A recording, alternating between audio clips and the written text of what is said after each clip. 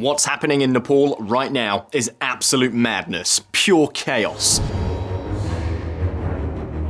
This you're seeing is Nepal's federal parliament. This is the palace that houses the government headquarters, and this is the Hilton Hotel in Kathmandu. The most extreme kind of violence you can imagine, in the context of political protests, has taken over the streets of Kathmandu, the capital of Nepal. It all started with the Nepali government's attempt to ban the main social media platforms, including YouTube, WhatsApp, and even LinkedIn.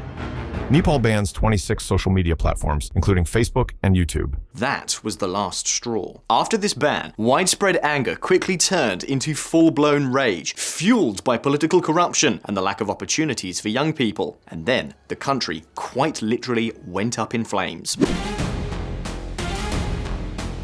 We're talking about protests already being called the Gen Z uprising, a social explosion of fury that is giving us some truly chilling images. For example, the wife of former Nepali Prime Minister Kanal was burned alive after protesters set fire to their home. Five-time Nepal PM Duba, wife thrashed, Kanal's wife set on fire, ugly face of Gen Z protests. We've seen ministers being chased down by mobs, stripped naked, and then lynched in the streets. Such was the case of the finance minister. Images of widespread destruction and countless buildings in flames have gone viral across the globe. And we've also witnessed a harsh response from the government in an attempt to regain control. Security forces have used live ammunition, which has caused the death toll from the protests to rise quickly. 30 people died and more than 1,000 were injured over 2 days of violence. But what the hell is actually going on? What explains this wild madness?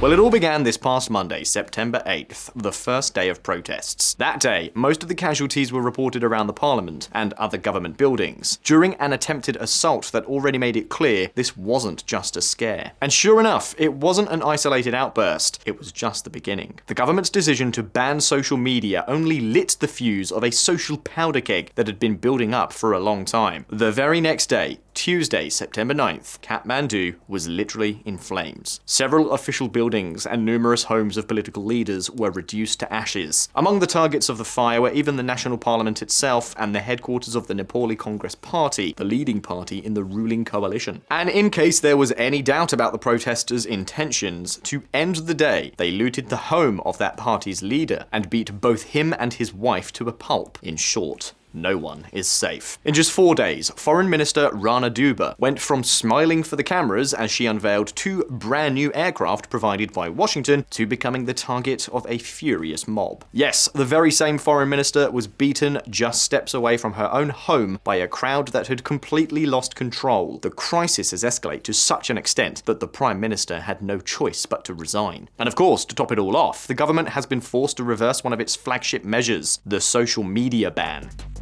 In view of the adverse situation the country is facing, I have resigned effective today to facilitate the resolution of the problem and contribute to its political resolution in accordance with the Constitution. But beyond the words, the toll from these past few days has been devastating. Dozens of official vehicles reduced to scrap, ministries ransacked, and political leaders fleeing in an attempt to find safety. And get this, amid this urban chaos, we're suddenly getting headlines like this one. Gen Z protesters free Nepal's ex-deputy PM Rabi Lamachani, over 1,500 inmates in prison break. And of course, given such an extreme situation, Nepal's army chief has had to step forward and address the nation. Some groups are taking undue advantage of the difficult situation and causing severe damage to ordinary citizens and public property. We appeal to the protesting group to halt protest programs and come forward for dialogue for a peaceful way out for the nation. Now, many of you might be thinking, okay, Josh, but if they've already backed down from the idea of banning social media, why hasn't the situation calmed down? Well, here's the thing, that was only the spark. It wasn't the real cause of the fire. What's really fueling the protesters' anger is the rage over rampant corruption, the feeling of living in a failed system where politicians are lining their own pockets, while the rest of the population is left with no opportunities. In fact, according to Transparency International, 84% of Nepalis believe that corruption is a huge problem in their country. And that's hardly surprising when you consider that an estimated 1 in every 10 citizens has to pay bribes just to access public services. That's part of the reason Nepal ranks 107th out of 180 on the Corruption Perception Index. But do you know what? There's something quite unique about these protests. an actual innovation in social uprisings. This isn't just a political movement, it's above all a generational movement. It's Nepal's youth, frustrated and full of rage, that has exploded. And since the protests show no sign of stopping, here at VisualPolitik, we've been asking ourselves a few key questions. What's really, truly behind all these protests? Why on earth are our Sherpa friends so angry? What drove the government to ban social media in the first place? And most importantly, what the hell happens now? Alright then, let's check it out. Reasons to be angry. Let's be honest, what's happening in Nepal isn't just about a bunch of kids mad because they can't post Instagram stories. No, that was just the spark. The fire had been smouldering for a long time. Because truth be told, the gas can had already been leaking all over the country for years. That's why, to really understand this whole story, we first have to look at the national foundations themselves. Foundations that, honestly, are rotten to the core. You see, Nepal became a democracy in 2008, after a civil war that left more than 17,000 people dead. It was a long and painful process. Peace agreements, an abolished monarchy, and a constitution that didn't arrive until 2015. But of course, having democracy on paper is one thing, and having a democracy that actually works is a whole different story. Because seriously, what's the point of voting every 5 years if your life stays just as messed up? And that is precisely the frustration that has driven Gen Z Nepalese into the streets.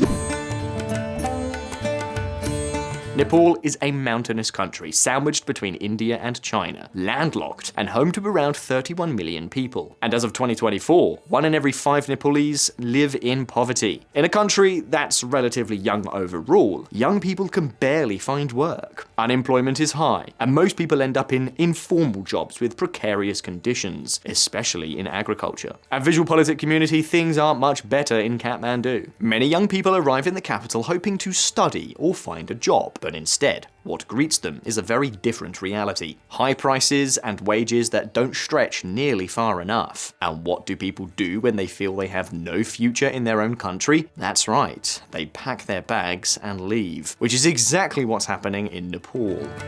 Over 741,000 Nepalis left for foreign employment in fiscal year 2023/24. Over 700,000 people in a single year have packed their bags to head abroad and to try to build a better life. Even if that means working in extremely harsh conditions in the construction sector in countries like Malaysia, India, or the petro-monarchies of the Persian Gulf. And of course, that massive wave of emigration comes with enormous consequences, but one stands out above the rest. This huge migratory flow has made remittances one of the country's main sources of income.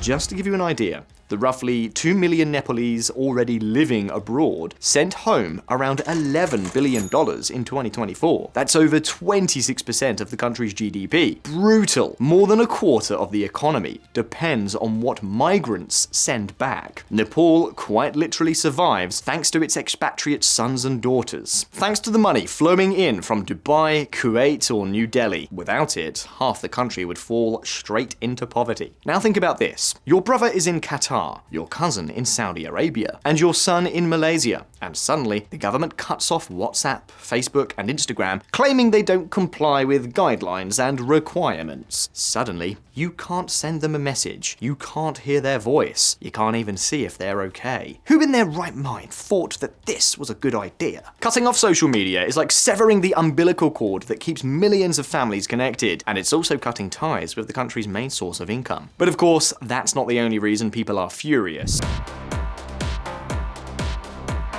The truth is, the reason why the government wanted to shut down social media and the reason why people are fed up are one and the same. And it's the very thing we've been talking about throughout this video. Nepal's great cancer. Systemic corruption. For example, have you heard of the so-called Nepo kids? Well, for Nepal's protesters, wealthy Nepo kids are a source of outrage. Videos and photos purporting to show the privileged lifestyles of children of the elite have fueled anger among young people. In the weeks leading up to the social media ban, a campaign went viral on TikTok and Twitter under a very specific name, Nepo kids. Now the question is, what the hell is that? Well, it was a campaign launched to expose the luxurious lifestyles of the children of Nepal's political elite. You can imagine it. Luxury cars, trips to the Maldives, designer clothing, a life of excess, funded by the fortunes their parents have amassed through politics. Meanwhile, young Nepalis, who watch their friends leave to wash dishes in Dubai or lay bricks in Malaysia, can't help but compare their own misery to the flashy extravagance of these Nepo kids. And just like that, the outrage explodes. And now I think you're starting to understand why the government wanted to ban social media, right? Basically, they were trying to protect themselves and their families from the digital outcry of Nepali netizens, especially the younger generation. They wanted to prevent viral videos on Instagram, TikTok, or YouTube from showing the elite bathing in champagne, sleeping in luxury resorts, and flaunting their addiction to Gucci, while half the country survives on remittances. That's where the idea to ban social media came from.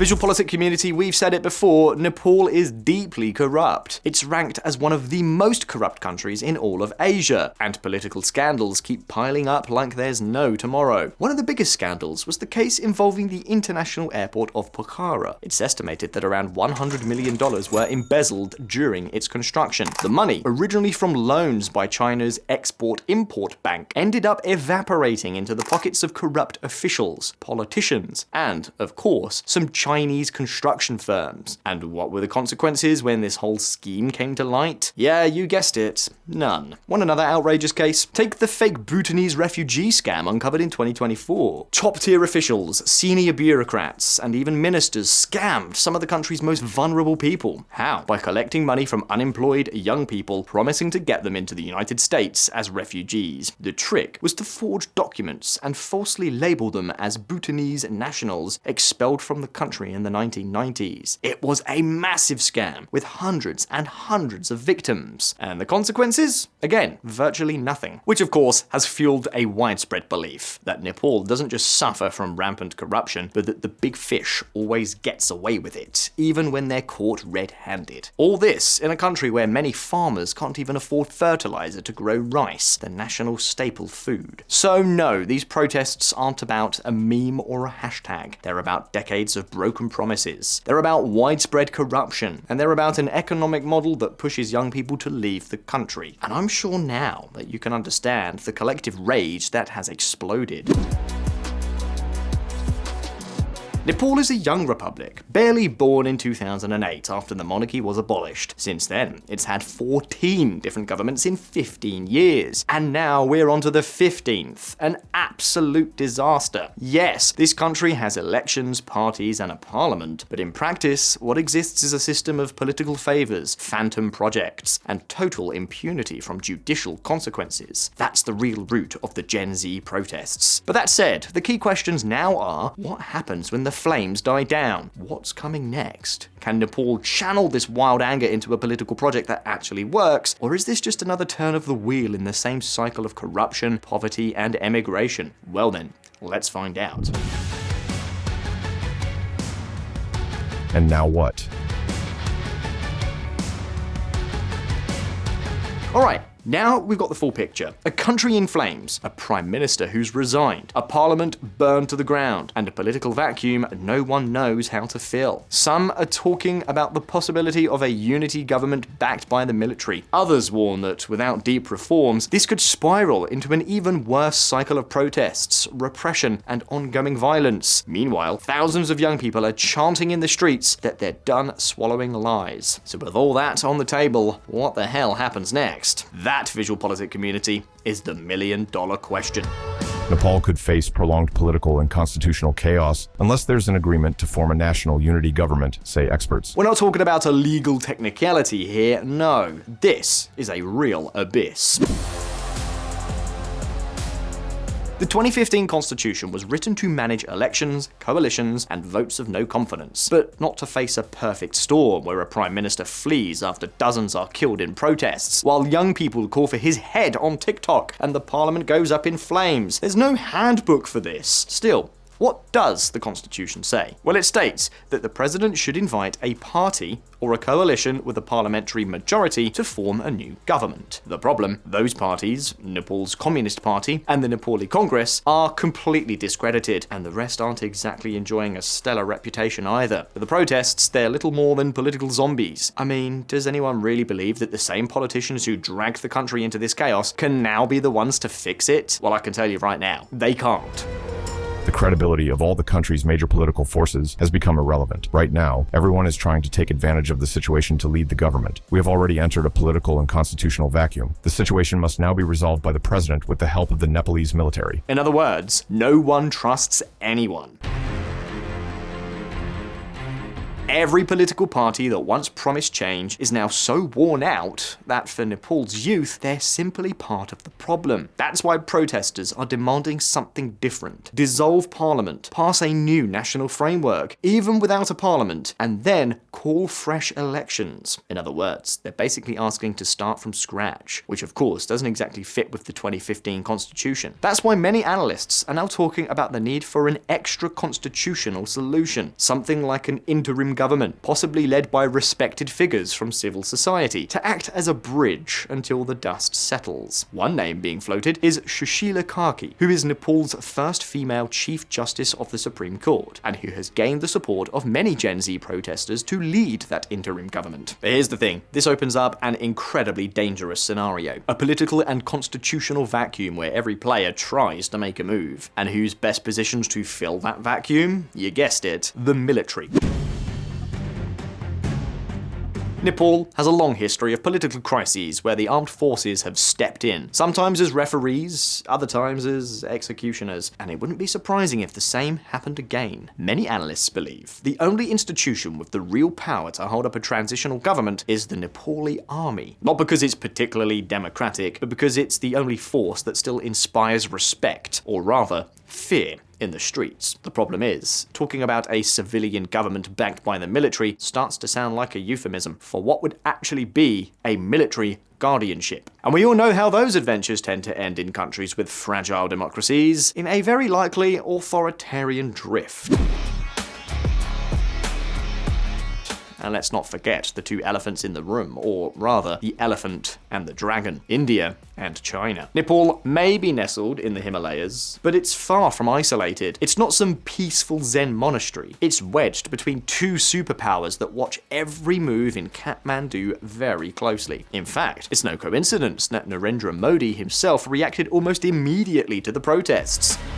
The violence in Nepal is heartrending. I am anguished that many young people have lost their lives. The stability, peace, and prosperity of Nepal are of utmost importance to us. I humbly appeal to all my brothers and sisters in Nepal to support peace. Translated, whatever happens in Nepal could have a direct impact on India's security. And why would Modi be so interested in all of this? Well, because Nepal is basically New Delhi's strategic backyard. Not only do they share over 1,700 kilometers of border, but hundreds of thousands of Nepali citizens live and work in India. And most importantly, a political shift could be either good or very bad, depending on which direction it leans. And here we're talking about China. No matter how many hugs Modi and Xi Jinping may exchange these days. In recent years, the now resigned Sharma Oli clearly leaned toward Beijing, strengthening ties through the Belt and Road Initiative. That stance caused plenty of headaches in New Delhi, because every step Nepal takes closer to China is seen as a direct threat to India's sphere of influence. In fact, Oli was scheduled to visit India in mid-September precisely to try and rebalance things a bit. But now there's no visit, no agenda, because quite literally there's no Oli. So the next government won't just have to calm the unrest, we'll also have to decide which side of the geopolitical scale it leans toward. And while that might be a good opportunity for New Delhi, who's been losing ground, it could also turn out to be the final blow. VisualPolitik community, for now, Nepal stands at a crossroads. Either a unity government backed by the army, or a power vacuum that could drag on for months. Meanwhile, China and India are watching the board very closely, and in the middle of it all, we have the youth. A generation that doesn't want to see the same faces in power ever again, that demands justice for those killed in the protests, and that's sick of being cannon fodder for one side or the other. If that energy turns into a real political movement, Nepal could be on the verge of a historic shift. But if If not, well, we'll probably get more of the same. Recycled politicians, hidden corruption, and young people booking cheap flights to Doha or Kuala Lumpur. But while Nepal figures out how to solve all this, now it's your turn. Will this brutal wave of violence at least be the thing that changes the country's course? Or will it just leave things in the hands of the same people as always? Let us know what you think in the comments, and let's open up the debate. But before that, if you enjoyed this video, give it a like and subscribe to VisualPolitik. It's free for you and helps us out a lot. As always, thank you so very much for being there. Take care. I'll see you in the next one.